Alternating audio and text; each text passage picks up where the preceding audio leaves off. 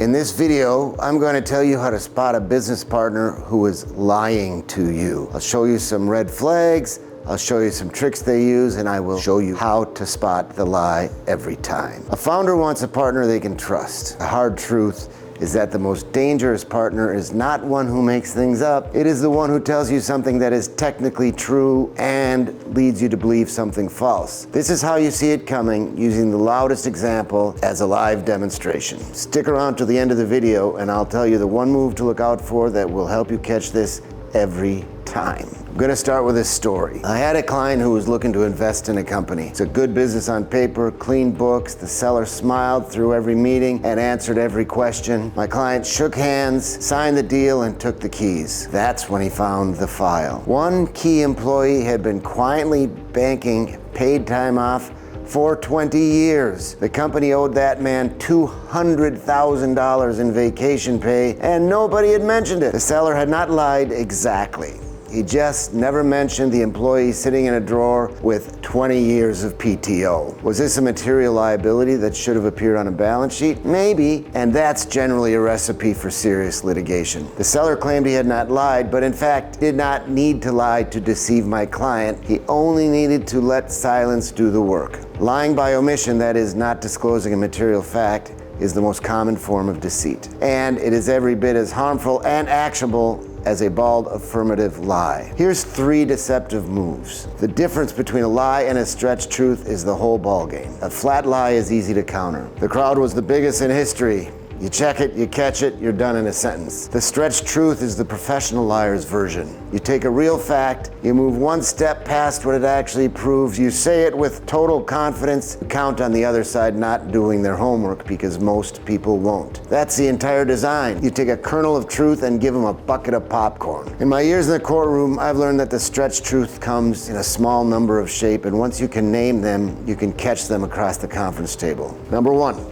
The word swap. Here, an accurate term is traded for a stronger one that means something else. Number 2, potential dressed as fact. This is where an intention becomes an accomplishment. President Trump's claim in 2025 that the Iranian nuclear program had been obliterated is one such example. Number 3, claiming the best case as a likely case. When President Trump took the U.S. into attacking Iran this year, 2026, they said it would take 4 to 6 weeks. 5 months later, we haven't completed it. On July 16th, President Trump stood in the White House and spent 5 minutes selling the country on its own condition before he even reached the subject of his speech. In those 5 minutes, he told 22 outright lies. I'm going to walk you through all of them because that speech is a great teaching tool. Your deceptive partner or negotiating partner will play these games only more quietly. A claim is only true if it's accurate and verifiable. A number that is misleading is a lie with a paper trail. So let's talk about the word swap. One term traded for a stronger term. This is what happened to my client. You change one word and a true statement becomes a false one. Lie number 1, 0 illegal aliens admitted in the past 14 months. That is 0. This is the cleanest specimen of President Trump's whole speech. The real statistic from his own Homeland Security Department is 0 releases. Border Patrol has released nobody that it apprehended coming into the country for 14 straight months. That's real, and it's documented every month. But people are still crossing. Nearly 10,000 were apprehended in a single month this spring. That's hundreds every day. Our president swapped the word released for admitted, and the swap turned a genuine achievement into a falsehood. Then, for emphasis, he repeated the false word. That is 0. It's not 0. There is no doubt that many people were not crossing the border. Not 0 crossing, 0 releases. Lie number 2. No tax on Social Security for our great seniors. The law does not touch the taxation of Social Security. Not one word of it. What it created was a $6,000 deduction for people over 65, applied across all incomes, phased out at higher and gone after 2028. Deduction, which is what it is, got swapped for no tax, which is what it isn't. This is not the same thing. PolitiFact, the Tax Foundation, and Forbes each called it what it was, a tax deduction. Lie number 3, no tax on tips. It's the same swap. It's a capped deduction up to $25,000, phased out above $150,000 in income. It expires in 2028. Tips still get hit by Social Security, Medicare, payroll taxes plus any state tax. Tips over $25,000 are still taxed by the federal government. Deduction became no tax. Lie number 4, no tax on overtime. This is identical to the third move. A deduction capped at $12,500 applied only to the premium half of time and a half payroll taxes still due. It's gone after 2028. Lie number 5, the most secure border in the history of our country. The declining crossings is real and large, but President Trump's own department says levels not seen in over 3 decades, meaning since the early 1990s. Apprehensions were lower still in the 1960s. Mr. Trump swapped lowest in 30 years, which is true, and impressive, for lowest in history, which is false. He had the honest and impressive fact in hand, and he traded it for a big lie. Here's the second set, potential dressed as fact, and intention becoming an accomplishment. Watch how a promise, an announcement, or a hope gets spoken as a thing that has already happened. Lie number 6, more money being invested in the United States than at any time in the history of our country. This rests on announced pledges, not dollars on the ground. When he claimed $16 trillion in new investment, the AP put the real figure closer to $9 trillion. CBS reviewed the White House's own list and found a $3 billion pledge counted twice. Old projects re-announced as new and trade targets counted as investment. The actual measured number from the Bureau of Economic Analysis, about $150 billion in 2024, well below the decade average. A pledge is not an investment. Lie number 7. Now we pay the lowest prices for prescription drugs anywhere in the world. Even President Trump's own spokespeople won't defend this in the present tense. According to factcheck.org, the White House spokesperson switched to the future. We are going to be paying the same, if not lower. Meanwhile, a AARP analysis found the top brand name drugs rose 81% here, while falling 13% internationally. He spoke the future hope as a present fact. Lie number 8.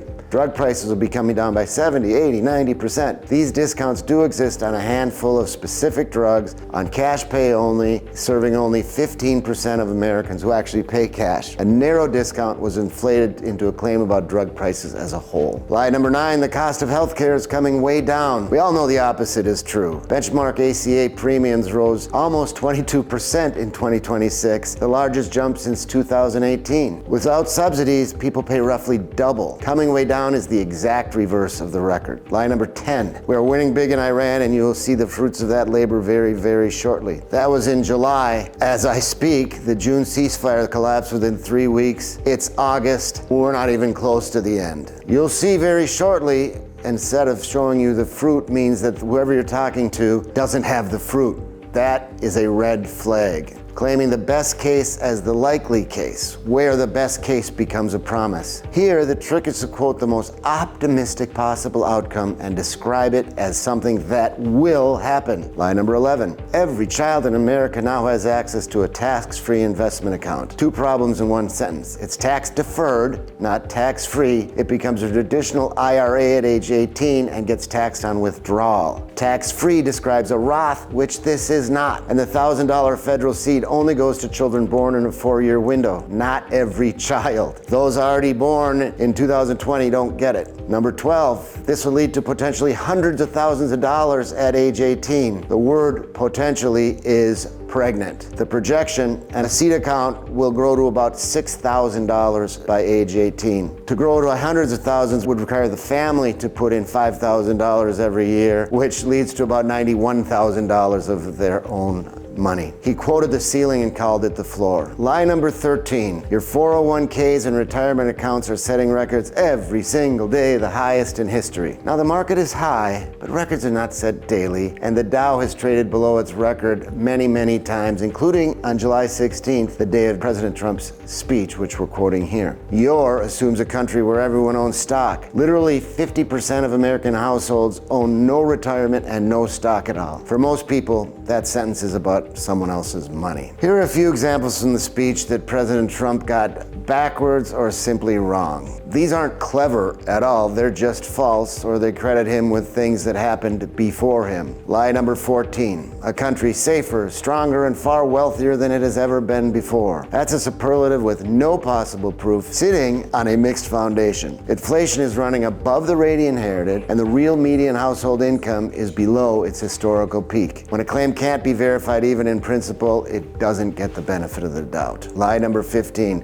The worst inflation in 48 years. Flatly wrong. Inflation peaked at 9.1% in June 2022, the largest 12-month jump since November 1981. That's about 40 years, which is why every paper called it a 40-year high. 48 years reaches back to 1974, when inflation ran way higher than 9.1%. President Trump picked a number that sounds bigger, but it's false. Lie 16, crime ravaging our cities. He's talking about what he inherited. However, violent crime was falling before he took office for many years, dropped 13% in 23, 15% in 24, both before he took office. It can't both be the ruin that he inherited and the triumph that he delivered. Lie 17, the murder rate is at its lowest level since 1900. This is a real projection underneath, but the decline started before he did. 13% in 23, 15% in 24. He is taking credit for a drop when he was living in Malago. The since 1900 framing is disputed even by his friends, since reliable national tracking doesn't start until 1960. Lie 18. America is respected like we have never been respected before. The Pew survey across 36 countries in early 2026 shows that 23% of those in other countries respected his leadership. More people now internationally view China favorably than the United States in most of the countries surveyed. Number 19, 11,888 murders. The number is real, but everything else about it is false. It comes from an ICE list, his own department, that goes back decades, 40 years or more, and spans every administration, including his own first term. By the way, non-detained does not mean roaming free. It is a technical term meaning in ICE custody. In fact, the overwhelming majority of 1188 are in prison serving their sentence, and many of whom killed more than one person has never been substantiated. He was asked for proof of that flourish in 2024 and produced none. He repeats it anyway. Lie number 20. More Americans are working today than ever before. Technically true, but it's deployed to deceive, which is the whole point. The raw head count is always a record because the population grows. It was a record through most of the last administration too, but what it hides, June added just 57,000 jobs against a forecast of 115,000. Prior months were revised down, and labor force participation actually fell to its lowest since 2021. Lie 21. I built the strongest military during my first term. The strength claim is defensible. I built it during my first term collides with the record defense budget he brags about in the same breath, which is from this term and was passed by Congress. Spending rose under his predecessor too, and most of the current force predates both men back to Barack Obama. The share of the U.S. economy, today's budget is well below Cold War levels. Not a record he built. Lie number 22, we won in Venezuela, now producing millions and millions of barrels of oil. The facts underneath are real, but the frame inflates them. Venezuela produces about 1% of the global oil demand against its peak of 3.5 times the current level, and forecasters see output flat through the rest of this year. We won is a large word for a country in the United States that now has spent years and billions rebuilding Venezuela. It also matters what President Trump got right in the speech. Some of what he said was true. The inflation report did show the largest one-month drop in more than 6 years. The stock market is hitting record highs on a regular basis. The tax law does include full business expensing made permanent. Crime is generally following nationwide. The defense budget did cross $1 trillion under him for the first time. Hold on to these because they sharpen the point instead of blunting it. President Trump does not lie because he has nothing true to say. He had real wins in hand, a cooling inflation rate, a rising market, a quieter border, and still he could not state them straight. He took a true border number, impressive, but swapped the word. He took a real tax deduction, he called it no tax. This is a tell that matters the most. A man who lies only when cornered is calculating, and you can deal with calculating. A man who bends the truth when the facts are already on his side is not lying to escape a jam. He is lying out of habit. Now, what about you? How do you catch all of these before you enter into potential partnership? 3 steps will help you reduce your risk. Number 1, separate the fact from the frame. When a partner hands you a number, ask what it measures, not what he says it means. Record revenue could be record gross margin, could be record sales under huge expenses. Make him show you the thing, not the adjective. Number 2, hunt the silence. Lies by omission are common. Ask the question that closes the gap. Is there anything owed that is not on this balance sheet? In the Bulldog Guide series, I put it this way. Good questions unravel facades, expose agendas, and flip the leverage. An honest partner answers straight. A crooked one gets chatty. Third, watch for confidence, standing in for evidence. The man who says, "Trust me, the fruits are coming very shortly," but shows you nothing, is telling you the fruit does not exist. When somebody leans on their own certainty instead of proof, that very certainty is the flag. When you think a partner might be doing something disloyal, he probably is.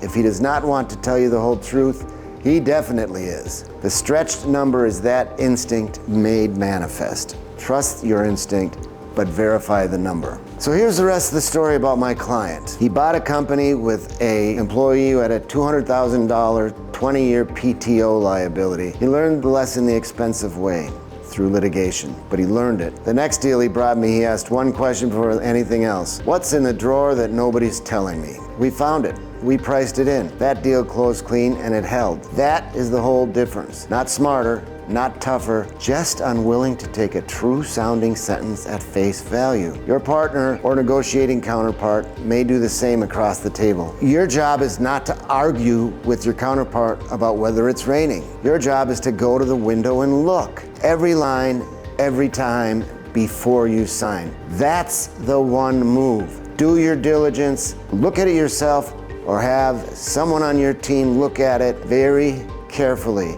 and then just ask, what's not here? You do that, you'll capture the liar just about every time.